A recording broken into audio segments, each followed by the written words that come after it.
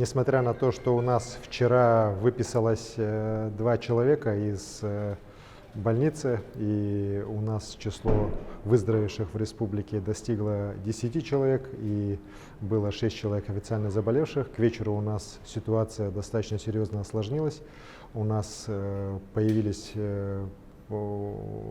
предварительно больные в Ленском и Валданском районах. В Ленском районе это человек, который прибыл из Армении, житель Российской Федерации.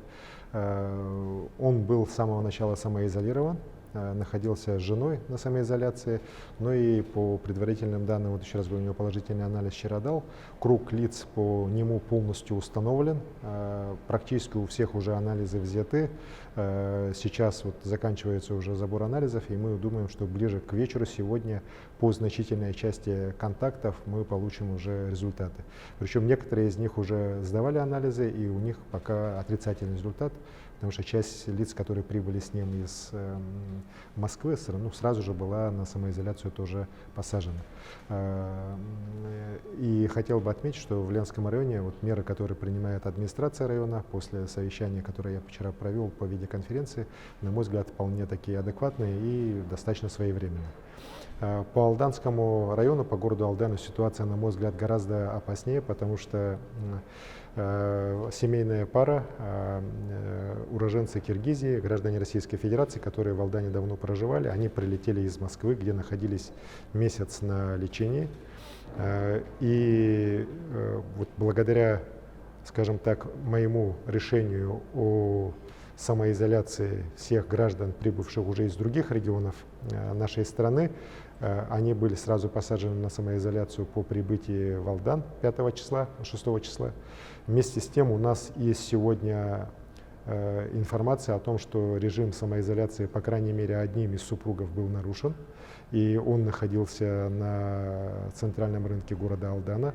По информации, полученной с камер видеонаблюдения.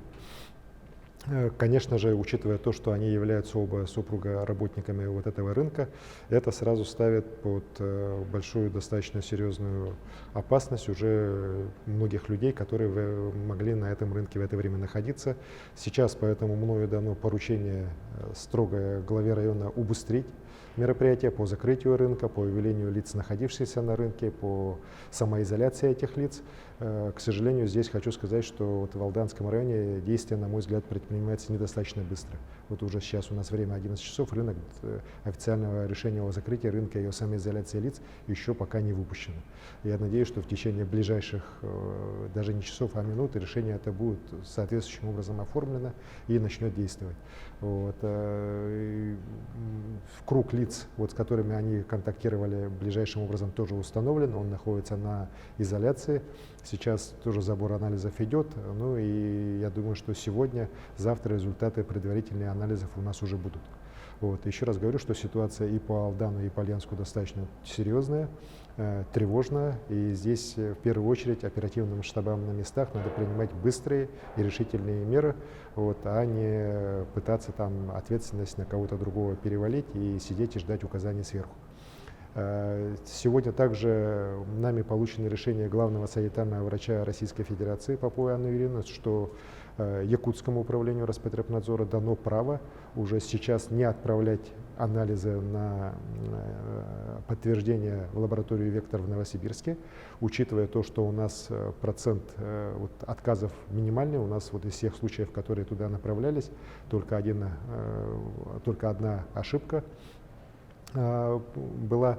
Вот, нашему управлению дано право самим здесь подтверждать анализы без направления в Новосибирск. Вот, это, я считаю, как раз показатель высокого качества работы нашей противоэпидемиологической службы, Роспотребнадзора в целом, ее лаборатории.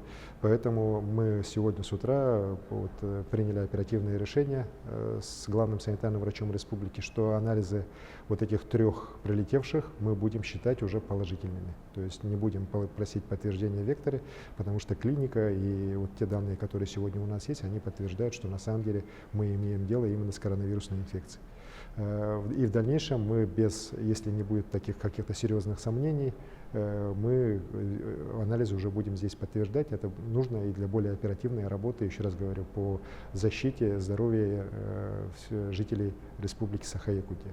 Еще раз обращаюсь к жителям нашим, да, коллеги, друзья, надо понимать, что ситуация тревожная, болезнь расползается по всей стране, приходит откуда ее не ждали, так, и вот когда мы сегодня считаем, что раз у нас в населенном пункте официально подтвержденных случаев нету, то все хорошо, можно смело гулять, можно смело ходить в гости, нарушать режим самоизоляции, это недопустимо.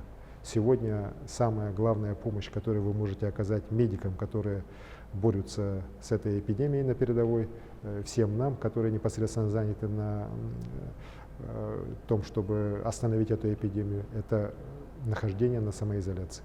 Вот поэтому убедительно прошу режим самоизоляции не нарушать.